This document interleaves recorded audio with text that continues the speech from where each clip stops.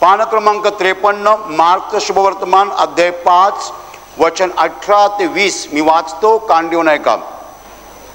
मग तो मचव्यावर जात असता पूर्वी भूतग्रस्त असलेला माणूस त्याला विनंती करू लागला की मला आपल्याजवळ राहू द्या, परंतु त्याने त्याला येऊ दिले नाही. तर त्याला म्हटले, तू आपल्या घरी स्वकीयांकडे जा, प्रभूने तुझ्यासाठी केवढी मोठी कामे केली व तुझ्यावर कशी दया केली हे त्यांना सांग. तेव्हा तो निघाला आणि येशूने जी मोठी कामे त्याच्यासाठी केली होती ती दकापलिस प्रांतात जाहीर करू लागला. तेव्हा सर्वांस आश्चर्य वाटले. Hallelujah, hallelujah, hallelujah. म्हणजे प्रिय भावांनो आणि बहिणींनो, हा एक सुंदर चमत्कार बायबलमध्ये सविस्तरपणे सांगितलेला आहे. प्रभू येशू ख्रिस्त गरसेकराच्या प्रांतामध्ये आला आणि तो मचव्यावरनं खाली उतरला, किनाऱ्याला आला आणि एक माणूस धावत धावत येशूकडे आला. हा जो माणूस होता तो अशुद्ध आत्म्याने पछाडलेला होता आणि त्याला लोकांनी साखळदंडाने आणि बेड्याने बांधून ठेवलं होतं. परंतु त्याने साखळदंड तोडून टाकले आणि बेड्यांचे तुकडे तुकडे केले. मग त्याला कोणी बांधू शकलं नाही, त्याला तसंच मोकळं सोडलं. तो कबरांमध्ये राहत असे आणि इकडे तिकडे फिरत असे, असाच मोकळा होता, अशुद्ध आत्म्याने पछाडलेला.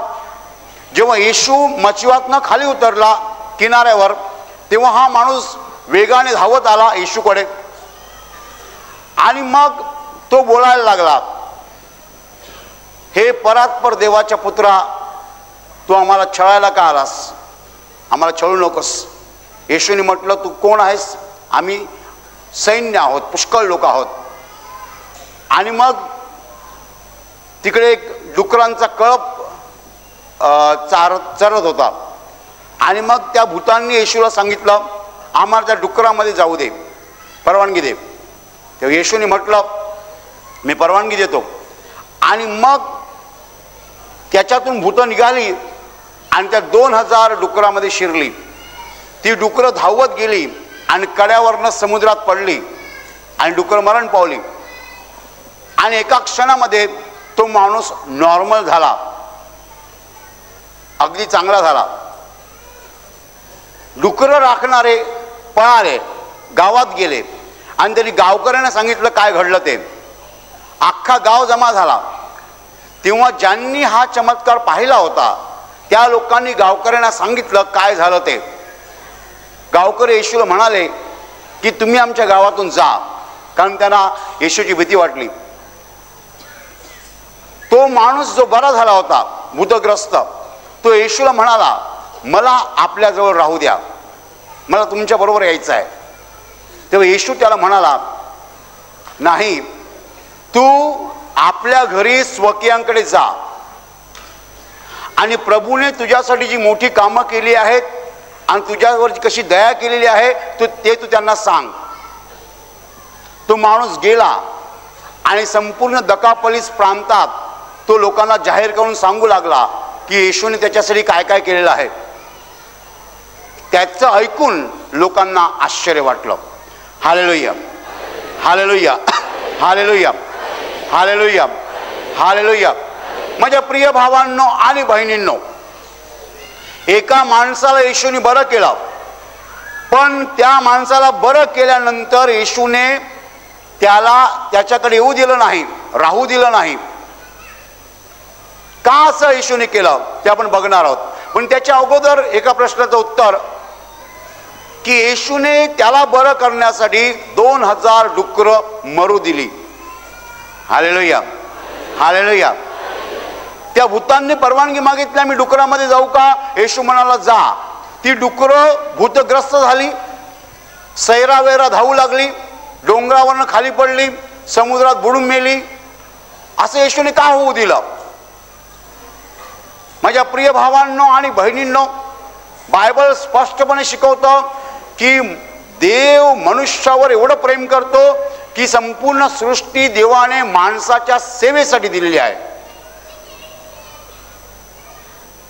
आणि जगामध्ये काही असो ते देवाने माणसाच्या सेवेसाठी निर्माण केलेलं आहे. माणसासाठी देवाने निसर्ग निर्माण केलेला आहे. आंबा देवाने माणसासाठी निर्माण केलेला आहे. सफरचंद माणसासाठी आहे. फळं माणसासाठी आहेत. माणूस हा निर्मितीचा केंद्रबिंदू आहे. माणूस हा सृष्टीचा राजा आहे. देवाने पृथ्वी माणसाच्या हाती दिलेली आहे आणि म्हणून एका माणसाचं भलं करण्यासाठी 2000 डुकरं मेली तरी चालतील, पण एका माणसाला बरं केलंच पाहिजे. Hallelujah, hallelujah. एका माणसाला बरं करण्यासाठी देव 2000 डुकरांचा बळी द्यायला तयार आहे. पण तो माणूस बरा होणं महत्वाचं आहे. तो माणूस डुकरासारखं जीवन जगत होता.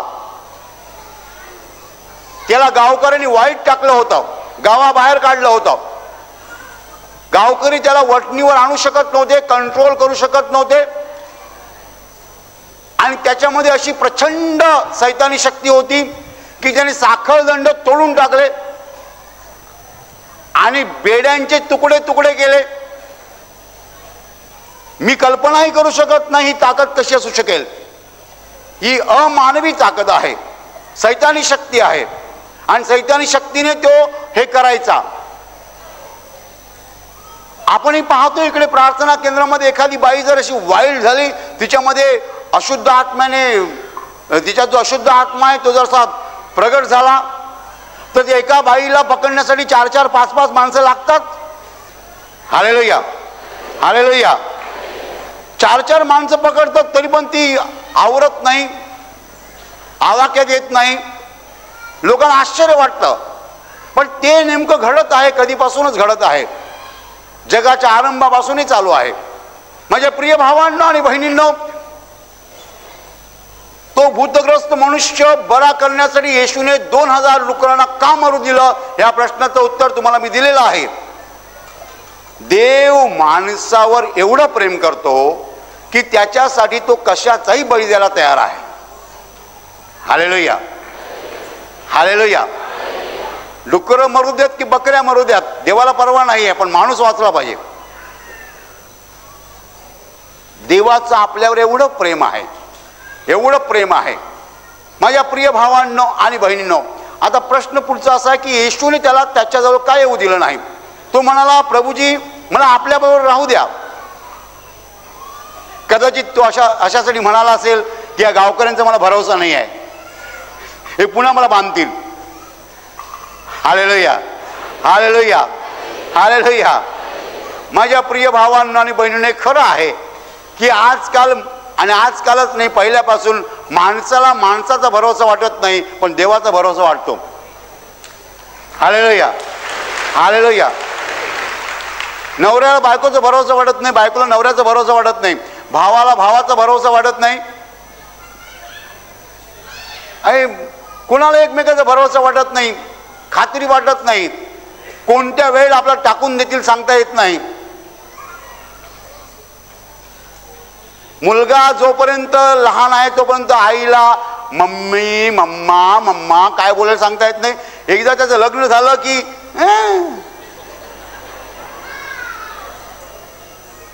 लग्नच कशाला, नोकरीला जरी लागला तरी त्याचा रुबाब केवढा असतो. लग्न नंतरची गोष्ट आहे, पण नोकरीला जरी लागला, 4 पैसे खिशात यायला लागले, गाडीने जायला लागला की त्याचा रुबाब किती मोठा असतो. लहान असताना आईला सांगतो, मम्मा मला जर चहा बनवून दे ना, आणि मोठा झाल्यावर नोकरीला जायला लागल्यावर तो आईला, हे आई चहा अंग, हे आई, हे आई. मी कधी म्हणतो मराठी नीट येते की नाही, हे आई कसं म्हणतोस. Hallelujah, hallelujah, hallelujah, hallelujah. माझ्या प्रिय भावांनो आणि बहिणींनो, माणसाला माणसाचा भरोसा वाटत नाहीये. जगभर हे आहे, जगभर तुम्ही कुठेही जा, पण माणसाला देवाचा मात्र भरोसा वाटतो. या माणसाने देवाला पाहिलं, त्याला वाचवण्यासाठी 2000 डुकरांचा बळी देणारा देव त्याने जिवंत पाहिला. त्याच्या आईने त्याच्यावर एवढं प्रेम केलं नाही, जगाने त्याला एवढं प्रेम दिलं नाही, पण येशूने त्याला प्रेम दिलं. त्याला वाचवण्यासाठी 2000 डुकरं मरू दिली. माझ्या प्रिय भावांनो आणि बहिणींनो, देव आपल्यावर केवढं प्रेम करतो याचं फार सुंदर उदाहरण आहे. केवढं प्रेम करतोय याचं सुंदर उदाहरण आहे. आता येशूने त्याला काय येऊ दिलं नाही त्याच्याबरोबर? माझ्या प्रिय भावांनो आणि बहिणींनो, येशूने त्याची विनंती अगदीच अमान्य केली असं नाही. येशूने त्याची विनंती तशी मानलेली आहे, म्हणून तर येशूने त्याला बरं केलं. येशूने त्याला अशासाठी बरं केलेलं आहे की येशू बरोबर तो सदा सर्व काळ स्वर्गात राहावा. हालेलुया. देव आपल्याला अशासाठी व्यंगेत घेतो की आपण देवाबरोबर सदा सर्व काळ स्वर्गात राहावं. या माणसाचं तारण येशूने केलेलं आहे आणि हा माणूस अमर्याद काळ, अनंत काळ देवाबरोबर स्वर्गात असणार आहे. Hallelujah, hallelujah. परंतु मध्ये काही काळ आहे. देवाची इच्छा आहे की या माणसाने पृथ्वीवर काही काळ जगावं आणि जे प्रेम त्याला मिळालेलं आहे त्याची साक्ष त्याने जगाला द्यावी.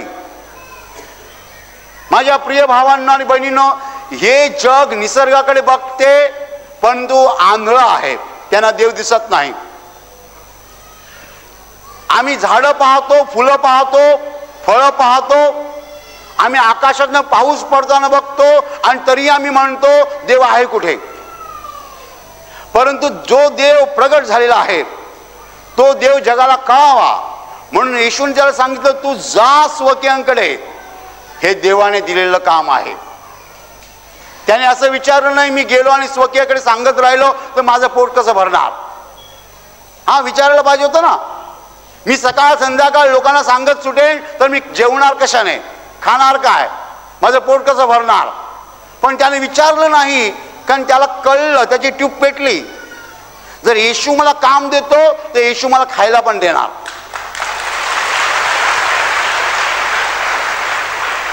Hallelujah, hallelujah. म्हणून त्याने विचारलं नाही मी जर लोकांना सांगत सुटलो तर मी खाणार काय. आणि माझ्या प्रिय भावांनो आणि बहिणींनो, बायबल पुढे म्हणतं की दकापलीस प्रांतामध्ये तो सगळ्यांना सांगत सुटला, तो जाहीर करू लागला येशूने त्याच्यासाठी काय केलं होतं. येशू स्वतः म्हणाला, तुझ्यासाठी देवाने कोणती मोठी कामं केली आहेत व तुझ्यावर कशी दया केलेली आहे ते तू लोकांना सांग. कोणती मोठी कामं. मी जेव्हा बायबल सुरुवातीला वाचायचो मला समजत नसे. मोठी कामं हा शब्दप्रयोग येशू कसा वापरू शकतो. येशूने त्याला भूतमुक्त केलं, अशुद्ध आत्म्यापासून मुक्त केलं, पण मोठी कामं हा शब्द कसा काय वापरलेला आहे. त्याच्यामध्ये सैन्य होतं, अनेक अशुद्ध आत्मे होते, ते सगळे येशूने काढले आणि येशूने त्याला बरं केलं. देवाच्या दृष्टीने ही मोठी कामं आहेत. एका माणसाला सैतानाच्या बंधनातनं सोडवणं, त्याला अशुद्ध आत्म्यापासून मुक्त करणं देवाच्या दृष्टीने मोठी कामं आहेत. आपण मोठी कामं कुणाला कशाला समजतो, कशाला समजतो. हायवे बांधला, वा. 100 माळ्याची इमारत बांधली, वा. 5 लाखाचा मोठा सुपर कॉम्प्युटर घेतला, वा. विमान तयार केलं. ही सगळी मोठी कामं आहेत माणसाच्या दृष्टीने. माणसाच्या दृष्टीने ही मोठी कामं आहेत. देवाच्या दृष्टीने एका माणसाला सैतानाच्या बंधनातनं सोडवणं ही मोठी कामं आहेत.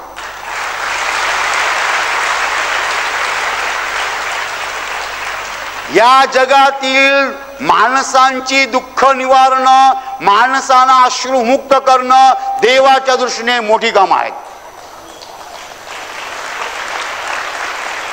हालेलुया. हा माणूस संपूर्णपणे अंधारामध्ये होता. तो सैतानाच्या मगर मिठीत होता. त्याला जीवन नव्हतं, त्याला आशा नव्हती, स्वर्ग तर त्याला ठाऊक नव्हता, परमेश्वराची त्याला ओळख नव्हती. तो जगात असून जनावराप्रमाणे जीवन जगत होता.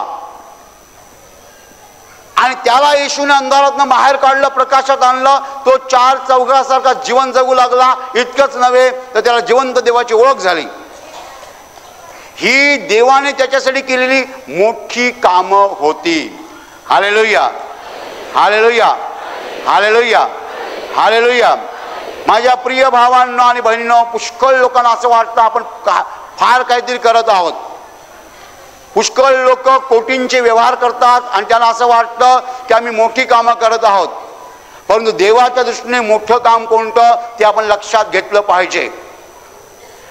Hallelujah, hallelujah. माणसाला अंधारातनं बाहेर काढून प्रकाशात आणणं हे देवाच्या दृष्टीने मोठं काम आहे. कारण देव जेव्हा स्वर्गातनं पृथ्वीवर पाहतो तेव्हा तो कुठे पाहतो? तुम्हाला असं वाटतं मलबार हिलच्या इमारतीकडे बघतो? तुम्हाला असं वाटतं की देव आपण ज्या सुंदर इमारती बांधलेल्या आहेत त्याकडे बघतो, आपल्या सुपर कॉम्प्युटर्सकडे बघतो, देव विमानांकडे बघतो? देवाला जगातलं काय सगळ्यात महत्वाचं वाटतं? देवाच्या दृष्टीने सगळ्यात महत्वाचा माणूस आहे आणि माणसाच्या बाबतीत सुद्धा त्याचं हृदय महत्वाचं आहे. हालेलुया. बाकीच्या गोष्टी देवाच्या दृष्टीने नगण्य आहेत, त्यांना काही अर्थ नाही आहे. देव बोलला आंब्याची झाडं हो, तर करोडो आंब्याची झाडं एका क्षणात होऊ शकतात.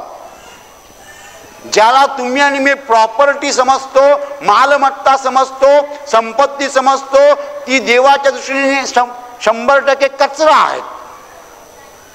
पण देवासाठी मानवी आत्मे महत्वाचे आहेत. ते त्याला स्वर्गात हवे आहेत. हे त्याला स्वर्गात हवे आहेत. माणूस स्वर्गात जावा ही देवाची इच्छा आहे आणि त्यासाठी देव प्रयत्न करत आहे. माणसाने आपला मार्ग बदलावा, सैतानाचा हात सोडावा आणि देवाचा हात पकडावा, म्हणून देव रात्रंदिवस प्रयत्न करत आहे. माझ्या प्रिय भावांनो आणि बहिणींनो, प्रभू येशूने त्याला सांगितलं तू स्वकीयांकडे जा, तुझ्या लोकांकडे जा आणि त्यांना सांगणं महत्वाचं आहे. Hallelujah, hallelujah. येशूने माझ्यासाठी काय केलेलं आहे हे मी दुसऱ्यांना सांगणं महत्वाचं आहे. त्याला आपण साक्ष म्हणतो. साक्ष एवढी महत्वाची आहे. मला देवाने काय दिलेलं आहे ते मी लोकांना सांगतो. तुम्हाला कसं बरं केलं हे तुम्ही लोकांना सांगता का? का सांगणं महत्वाचं आहे? कारण कान देऊ नये का? या जगाची चाल वाकडी आहे. हे जग देवावर विश्वास ठेवत नाही, चमत्कारावर विश्वास ठेवत नाही. हे जग नास्तिक होत चाललेलं आहे. माणूस देवाच्या चमत्काराला मानायला तयार नाही आहे. या जगाला कोण सांगणार की देव जिवंत आहे, त्याने त्याचा पुत्र येशू पाठवलेला आहे आणि जो येशूवर विश्वास ठेवतो त्याचं तारण होतं आणि त्याला आजारमुक्ती मिळते? हे कोण सांगणार? ज्याला येशूच्या द्वारे आजारमुक्ती मिळालेली आहे तो गप्प बसूच शकत नाही. त्याला देवाने दिलेलं ते काम आहे. Hallelujah, hallelujah. तुम्ही हे लोकांना सांगत राहिलं पाहिजे की माझी गाठ प्रार्थनेच्या वेळेस निघून गेली. मी उभा होतो, माझं अंग तापाने भरलेलं होतं, माझ्या शरीरामध्ये ताप होता. प्रार्थनेच्या वेळेस मी खाली पडलो, उठलो आणि पाहतो अंग थंड झालं. हे तुम्ही लोकांना सांगितलं पाहिजे, नव्हे सांगत राहिलं पाहिजे.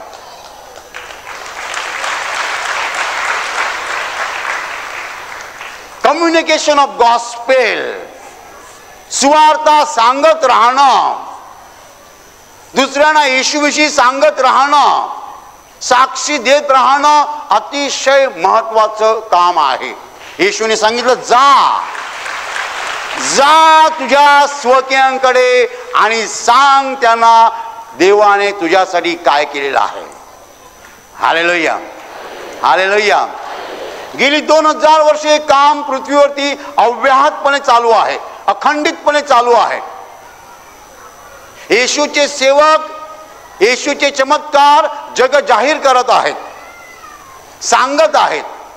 परंतु मला तुम्हाला सांगायचं आहे की हे जे सांगायचं काम आहे प्रसार माध्यम नकार देतात। या जगाची प्रसार माध्यम येशूच्या सुवार्तेसाठी खुली नाही आहेत, उघडी नाही आहेत, मोकळी नाही आहेत। आणि म्हणून येशूचे सेवक नवीन प्रसार माध्यम तयार करतात, स्वतःची प्रसार माध्यम तयार करतात। जा, येशू काय म्हणाला, जा आणि लोकांना सांग तुझ्यासाठी देवाने केवढी मोठी कामं केलेली आहेत। या जगाला कसं माहित पडणार की देव जिवंत आहे आणि तो चमत्कार करतो आहे? जग नास्तिक झालेलं आहे। जे दिसतं तेवढंच खरं आहे असं ते म्हणतात, जे दिसत नाही त्याच्यावर आमचा विश्वास नाही आहे। येशू चमत्काराने लोकांना आजार मुक्त करतो हे ते मानायला तयार नाही आहेत। माझ्या प्रिय भावांनो आणि बहिणींनो,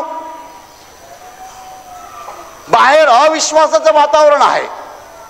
म्हणून म्हणालो, जग वाकड्या चालीचं आहे, त्याला देवाचे चमत्कार अमान्य आहेत। निसर्गामध्ये अगणित चमत्कार आहेत, परंतु त्यांची ट्यूब कधी पेटतच नाही आहे। म्हणून नास्तिक माणसाला शहाणा म्हणण्याची चूक मी कधीच करणार नाही, परंतु न शिकलेला माणूस जेव्हा देवासमोर हात जोडतो तेव्हा तो बुद्धिमान आहे हे मी मानायला तयार आहे।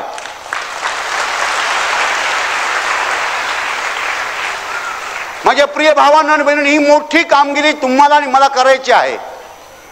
मी जे करायचं ठरवलं आहे म्हणून नोकरी सोडली। कोणती कामगिरी? येशूचे जे चमत्कार आहेत ते जग जाहीर करणं। येशूचे चमत्कार जग जाहीर करायचे आहेत, लोकांना सांगायचे आहेत, म्हणजे लोकांची ट्यूब पेटेल की देव जिवंत आहे आणि देव चमत्कार करत आहे।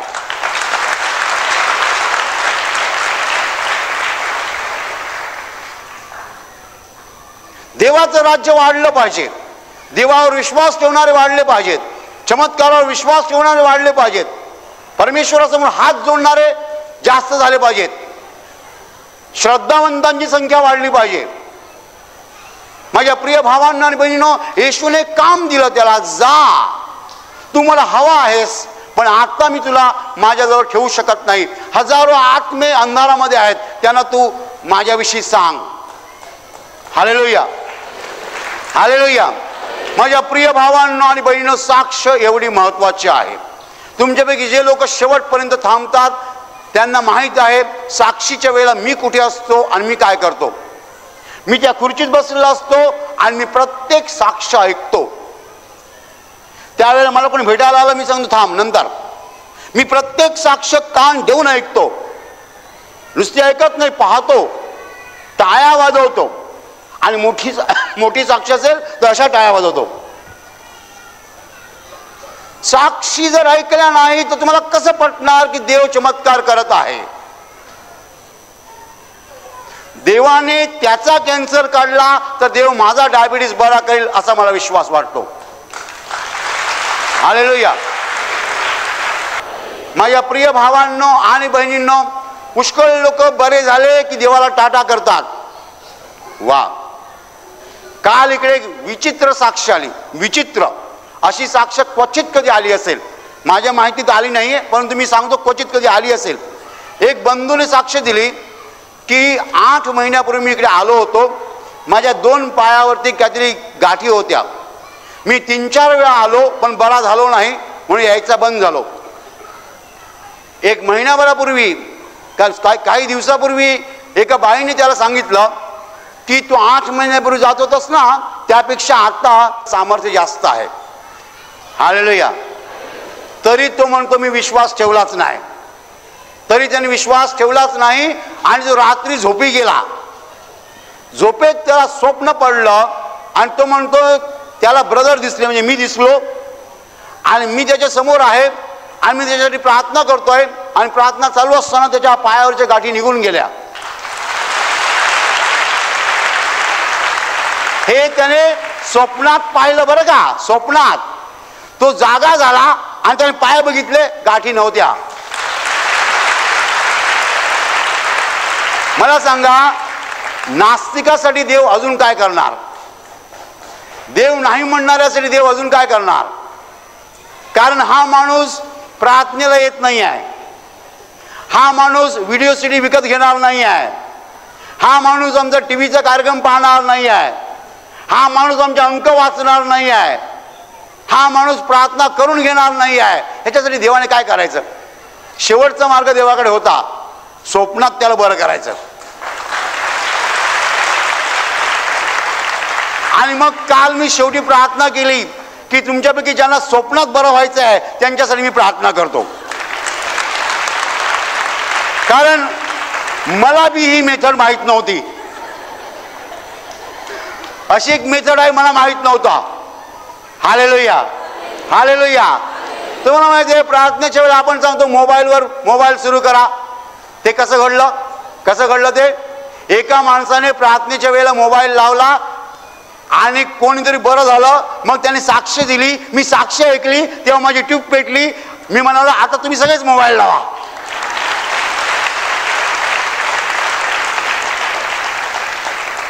तशी नवीन मेथड तुमच्यापैकी ज्यांना स्वप्नात बरं व्हायचं आहे त्यांच्यासाठी मी प्रार्थना करतो.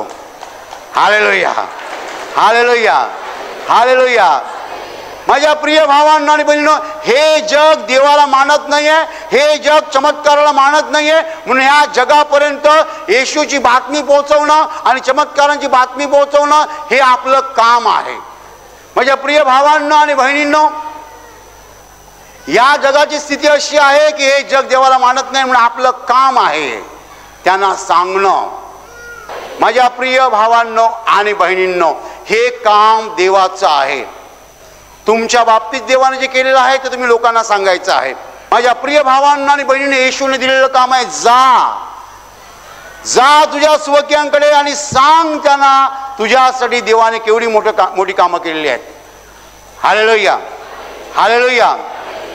जो येशूची साक्ष लोकांना सांगतो तो येशूला खुश करतो, पण जो साक्ष लपवतो त्याच्यावर देवाचा राग भडकतो. कृपा करून साक्ष लपवू नका. तुम्हाला येशूने बरं केलं तर तुम्ही 1000 लोकांना सांगायला पाहिजे, सांगत सुटायला पाहिजे.